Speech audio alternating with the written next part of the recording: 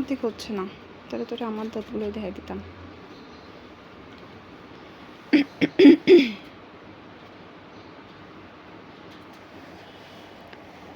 তাহলে কর্তন দাঁতের পরে ছেদন দাঁত দেখবি যে এরকমভাবে একটা দাঁতের নিচের দিকে এরকম করে একটু শার্প আছে, সূচালো আছে, এটাই হচ্ছে যে ছেদন।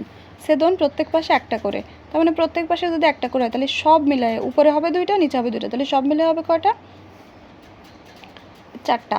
তারপরে হচ্ছে যে অগ্রপেশন, অগ্রপেশন কয়টা? প্রত্যেক পাশে দুইটা করে, তার মানে টোটাল হবে আটটা।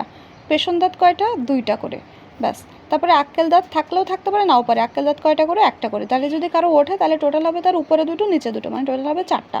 আর যদি আক্কেল দাঁত না থাকে তাহলে তার দাঁত হবে 28টা। আক্কেল দাঁত যদি চারটা ওঠে তাহলে তার দাঁত হবে হচ্ছে যে 32টা। তাহলে একটা মানুষের তাহলে আক্কেল দাঁত 32, মানে দাঁত হচ্ছে যে 28টা হতে পারে, 32টা হতে পারে। যদি আক্কেল দাঁত ওঠে তাহলে 32টা, না হলে 28টা। যেমন তোর হচ্ছে 28টা, কারণ তোর আক্কেল নাই।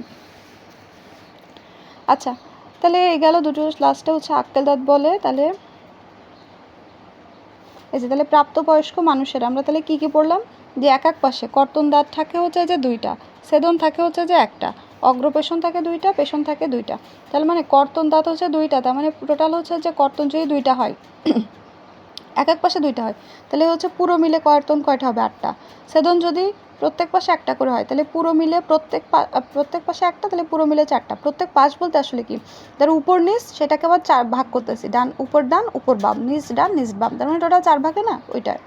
অগ্রপেশন, অগ্রপেশন হচ্ছে প্রত্যেক পাশে দুইটা, তাহলে টোটাল মিলে কয়টা হবে? আটটা। পেশন হচ্ছে যে প্রত্যেক পাশে দুইটা, তাহলে টোটাল মিলে হবে আটটা। আর আক্কেল হচ্ছে যে একটা, আমি যদি টোটাল হিসাব করি তাহলে হবে চারটা। এই হচ্ছে যে আমাদের দাঁত। দেখ 3 8 24 আর 4 28, ব্যাস। আর যদি কারো এই চারটা ওঠে তাহলে কত হবে? টোটাল 32টা। শেষ, এখানে তাই বলা আছে। এখন হয় দাঁতের গঠন। দাঁতের গঠনের মধ্যে কী কী আছে? মুকুট, মূল আর গ্রীবা। মুকুট মানে কি? যেটা নিচের অংশ,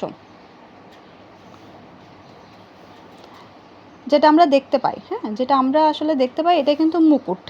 তারপরে হচ্ছে যে মাড়ির ভেতরের অংশ হচ্ছে মূল, আর একদম দাঁতের ভেতরের অংশটা মানে যেটা আমরা দেখতে, ধর যে এই দেখ, মুকুট হচ্ছে যে অংশ আমরা দেখতে পারি, আর মূল হচ্ছে যে অংশ আমরা দেখতে পারি না।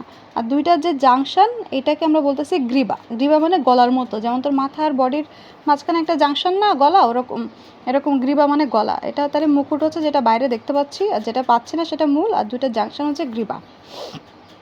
এখন দাঁত কী কী নিয়ে গঠিত হয়? দাঁত হচ্ছে যে ডেন্টিন, এনামেল, দন্তমজ্জা আর সিমেন্ট, এই 4 ধরনের জিনিস নিয়ে গঠিত হয়। তাহলে কিন্তু এটা আসবে। তাহলে দাঁতের কয়টা অংশ? 3টা অংশ। তারপর হচ্ছে দাঁত কী কী উপাদান দিয়ে গঠিত হয়? ডেন্টিন, এনামেল, দন্তমজ্জা, সিমেন্ট, এগুলো হচ্ছে যে উপাদান। এই এনামেল কোথায় থাকে? এটা থাকে হচ্ছে যে মুকুটে। এনামেলের মধ্যে কিন্তু ক্যালসিয়াম, কার্বনেট, ফসফেট, ক্লোরাইড এগুলো থাকে। দন্তমজ্জা মানে পাল্প, এটার মধ্যেই হচ্ছে যে তোর ধমনী, শিরা, স্নায়ু এগুলো থাকে। দেখ দন্তমজ্জা, এটার মধ্যে হচ্ছে যে রক্তজালক, তারপর হচ্ছে এনামেল, ডেন্টিন, পা এগুলোই থাকে। আরেকটা হচ্ছে যে সিমেন্ট। সিমেন্ট হচ্ছে যে এটা হচ্ছে ডেন্টিনকে আবৃত করে রাখে। দেখ, এটা হচ্ছে যে আবৃত করে রাখে, মানে এখান থেকে এভাবে একটু মিলাই পড়ে নিস, ঠিক আছে? তাহলে আমরা দাঁত কয়টা থেকে পড়লাম, দাঁতের গঠনে কয়টা অংশ থাকে, আর দাঁত কী কী উপাদান দিয়ে গঠিত, এগুলো সবই পড়লাম। এখন আমরা এতক্ষণ কী পড়ছি বলতো? পৌষ্টিক নালী। এবার পড়বো পৌষ্টিক গ্রন্থি, যেগুলোর থেকে রস আসে, এনজাইম আসে, এসে খাবার পরিপাকে সাহায্য করে। এই যে যেসব গ্রন্থির রস খাদ্য পরিপাকে অংশ নেয় তাদেরকে বলা হয় পরিপাক গ্রন্থি বা পৌষ্টিক গ্রন্থি। এখন এই যে পৌষ্টিক গ্রন্থি কী কী আছে, প্রথম কথা এদের নাম পড়তে হবে। একটা হচ্ছে লালা গ্রন্থি, যে আমরা মুখের মধ্যে কিন্তু পড়ছিলাম, লালা গ্রন্থি থাকে মুখে। দেখ তোর মুখ দিয়ে লালা বের হচ্ছে, এটাই হচ্ছে লালা গ্রন্থি। মানুষের সাধারণত 3 জোড়া লালা গ্রন্থি থাকে। লালা গ্রন্থি। তারপরে সব থেকে বড় পৌষ্টিক গ্রন্থি হচ্ছে যে যকৃৎ, যার ওজন প্রায় 1.5 কেজির মতো। তাহলে সব থেকে বড়, এটা কিন্তু আসে পরীক্ষাতে, সব থেকে বড় পৌষ্টিক গ্রন্থি কোনটা? যকৃৎ। তারপরে কী কী আছে? অগ্নাশয় বা প্যানক্রিয়াস। তারপর গ্যাস্ট্রিক গ্রন্থি। গ্যাস্ট্রিক গ্রন্থি কোথায় থাকে? এটা থাকবে হচ্ছে যে স্টোমাকে বা পাকস্থলীতে। আন্ত্রিক গ্রন্থি কোথায় থাকে? এটা থাকে হচ্ছে যে ক্ষুদ্রান্ত্রে। তাহলে আমরা এখানে টোটাল 5টার নাম পড়লাম। একটা হচ্ছে লালা গ্রন্থি, একটা হচ্ছে যকৃৎ, একটা হচ্ছে অগ্নাশয়, একটা হচ্ছে গ্যাস্ট্রিক গ্রন্থি, একটা হচ্ছে আন্ত্রিক গ্রন্থি। তার মানে আমি যদি এখানে দেখাই তোকে আবার ভালো করে,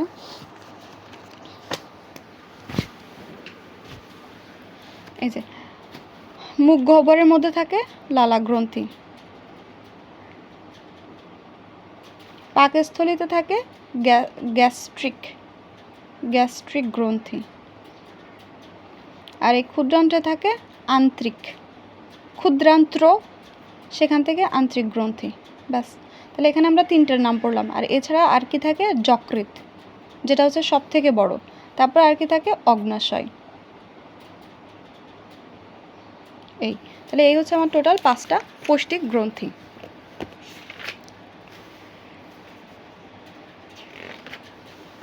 তাহলে এবার যে লালা গ্রন্থি কয়টা? লালা গ্রন্থি কই থাকে? মুখের মধ্যে থাকে। কয় জোড়া থাকে? 3 জোড়া। 3টা না কিন্তু 3 জোড়া, মানে 6টা বা 3 জোড়া।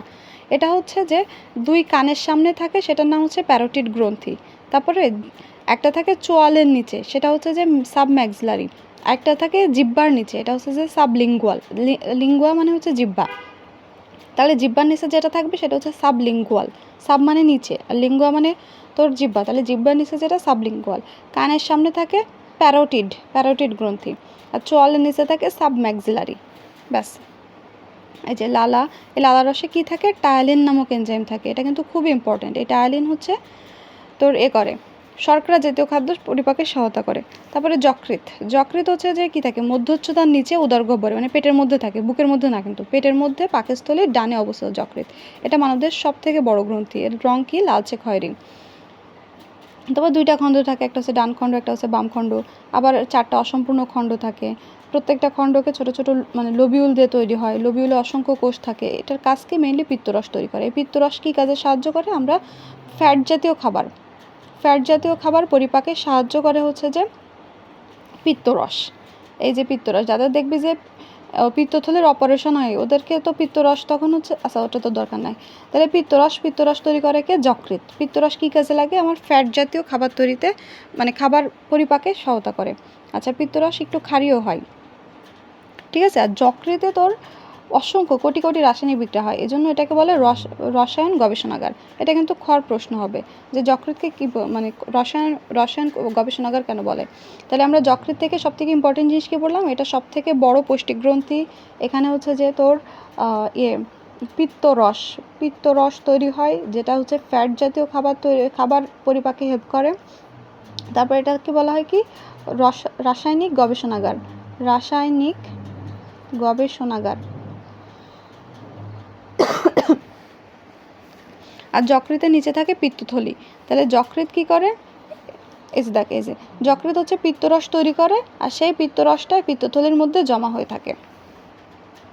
তারপরে এটা হচ্ছে যে নালীর মাধ্যমে আলটিমেটলি ডিওডেনামে চলে আসে। এই যে এটাকে নালী আছে, নালী দিয়ে পিত্তথলিতে চলে আসে। আর এটা হচ্ছে প্যানক্রিয়াসের মধ্যেও যে রস হয়, সেই রস হচ্ছে যে এই প্যানক্রিয়াসের নালী দিয়ে ডিওডেনামে চলে আসে। কারণ আমার তো খাবার তো এই পথে আসতেছে, তো খাবারের সাথে তো এই রসগুলো মিশতে হবে। তাহলে মিশতে গেলে কী করতে হবে? আমার যকৃতে যে পিত্ত তৈরি হচ্ছে সেটা পিত্তথলিতে এসে জমা হয়। পিত্তথলির সাথে একটা নল দিয়ে যুক্ত থাকে, সেই নলটা এসে ডিওডেনামে পিত্তরসকে দিয়ে যায়। আবার একইভাবে মানে তোর হচ্ছে যে অগ্নাশয় বা প্যানক্রিয়াসে যে রসগুলো তৈরি হয়, যেগুলো খাদ্য পরিপাকে অংশ নেবে, সেইগুলো এই নালী দিয়ে আলটিমেটলি ডিওডেনামে চলে আসলো। কারণ আমার খাবার তো এই পথে আসতেছে, তাহলে এইখানে এসে খাবারের সাথে এরা মিশে। আচ্ছা, যকৃতের এখানে কাজ দেওয়া আছে। যকৃতের কাজগুলো কিন্তু খুবই ইম্পর্ট্যান্ট। যেমন যকৃৎ প্রথম কথা পিত্তরস তৈরি করে, 1 নাম্বার। পিত্তরসের মধ্যে পানি থাকে, পিত্ত লবণ থাকে, কোলেস্ট্রল থাকে, খনিজ লবণ থাকে। তাহলে এগুলো কিন্তু আসবে যে পিত্তরসের উপাদান কী কী। তারপর হচ্ছে যে এই যে রস পিত্তথলিতে জমা থাকে, এটা তো বললাম। প্রয়োজনে ডিওডেনামে এসে পরোক্ষভাবে পরিপাকে অংশ নেয়। পিত্তরসে কিন্তু কোনো উৎসেচক বা এনজাইম থাকে না, কিন্তু তারপরে ওটা পরিপাকে অংশ নেয়। তারপরে যকৃতের আরেকটা কাজ আছে। যকৃৎ কিন্তু যেমন রাসায়নিক গবেষণাগার হিসেবে কাজ করে, আবার যকৃৎ হচ্ছে ব্যাংকের মতনও কাজ করে। যেমন তোর বডিতে যখন গ্লুকোজ বেশি থাকবে, তখন তোর বডিতে তো অত বেশি গ্লুকোজ লাগতেছে না, তো যেটা তোর প্রয়োজনের অতিরিক্ত গ্লুকোজ, যকৃৎ কী করবে? সেই অতিরিক্ত গ্লুকোজকে গ্লাইকোজেন হিসেবে সঞ্চয় করে রাখবে। মানে জিনিসটা হচ্ছে যে ব্যাংকের মতো। ধর যে তুই অনেক টাকা আছে, তোর এই টাকা এখন লাগতেছে না, তুই কী করবি? টাকাটা ব্যাংকে রাখবি না? এরকম যকৃৎও তাই। যখন তোর বডিতে অনেক গ্লুকোজ আছে, তখন যকৃৎ সেই গ্লুকোজটাকে সঞ্চয় করে রাখবে, কিন্তু গ্লুকোজ হিসেবে সঞ্চয় করে না, গ্লাইকোজেন হিসেবে সঞ্চয় করে। আবার যখন ধর যে তোর বডিতে গ্লুকোজ কম, যেমন ধর রোজার দিন যখন তুই খাচ্ছিস না, তোর বডিতে তো গ্লুকোজ লাগবে, কিন্তু তুই তো খাচ্ছিস না, তাহলে কী করবে? যকৃৎ তখন ওই গ্লাইকোজেনগুলোকে ভেঙে আবার গ্লুকোজ করবে। তাহলে যেমন তোর ব্যাংকে যখন তোর টাকা থাকে না, তখন তুই কী করিস? ব্যাংকের থেকে লোন নিস না,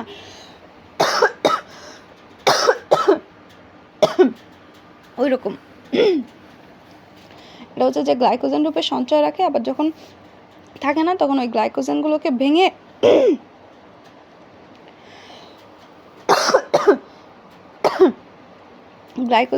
ভেঙে আবার গ্লুকোজে পরিণত করে তোর বডিতে শক্তি দিবে। এখানে আরও অনেক কিছু আছে, আমি যকৃতের ফাংশনটা তোরা আরেকদিন হচ্ছে যে দিবানে বয়স দিবানে। তারপর হচ্ছে যে অগ্নাশয়, আচ্ছা যকৃৎ আর অগ্নাশয় আমি তোকে পরে ভয়েস দেবো না, করতেছে না। তারপর হচ্ছে যে কি গ্যাস্ট্রিক গ্রন্থি কই থাকে? পাকস্থলীর প্রাচীরে থাকে। গ্যাস্ট্রিক গ্রন্থি থেকে কি কি নিঃসৃত হয়? Trypsin, lipase, amylase. এটা কিন্তু মুখস্থ করবি মাস্ট। পাচক রস বা গ্যাস্ট্রিক রসও বলে। তারপরে আন্ত্রিক গ্রন্থি, এটা হচ্ছে ক্ষুদ্রান্ত্রের প্রাচীরে থাকে, এই রস থেকে আন্ত্রিক রস বলে।